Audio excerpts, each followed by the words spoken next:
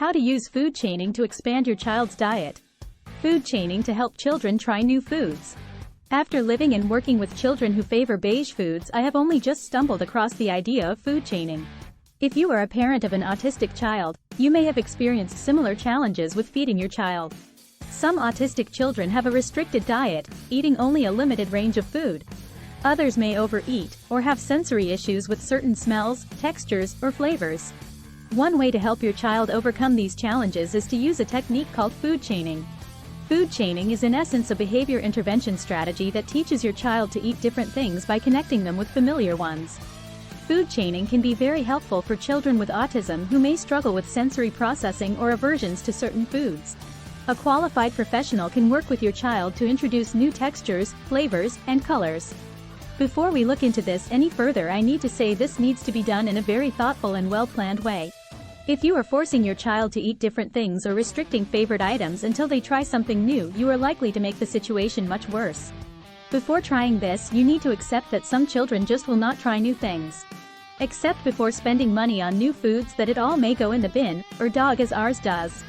Develop the mindset that you are doing this to help your child, not prove a point or because family and friends think, if they don't eat what they are given, then they need to go hungry. Why might autistic children only eat certain foods? Before starting to attempt to expand your child's diet, especially if they are autistic or have sensory processing issues, it is important to try and work out why they reject and prefer certain foods.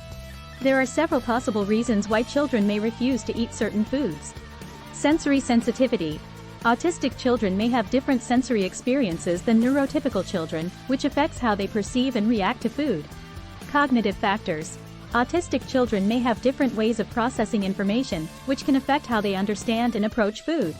For example, they may reject foods that are unfamiliar, mixed, or different from their usual preferences, even down to brand. Emotional factors. Children may have different emotional responses to food, which can affect how they feel and behave around food. How does food chaining work? You repeat this process until your child is happy to eat a variety of foods from different food groups. You can also change the shape of the pasta, or use a different type of pasta, such as whole wheat or gluten-free. How to implement food chaining at home? Food chaining can be done at home, but it is best to consult with a professional, such as a speech therapist, an occupational therapist, or a dietitian, who can assess your child's feeding skills and needs, and design a personalized food chaining plan for them. Here are some tips to follow when implementing food chaining at home.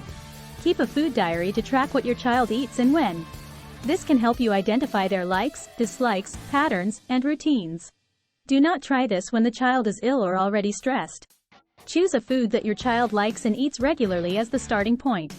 Make small and gradual changes to the food, such as adding a new ingredient, changing the temperature, or altering the presentation. Introduce the new food alongside the familiar food, and offer both options to your child. Repeat the same food for several days, until your child accepts it. Be patient and consistent. Food chaining can take time and effort, but it can also be rewarding and fun. Be creative and have fun with food. More information and resources on eating and autism. Eating a Guide for All Audiences. This is a guide from the National Autistic Society that explores common issues and ways to help with eating difficulties in autistic people.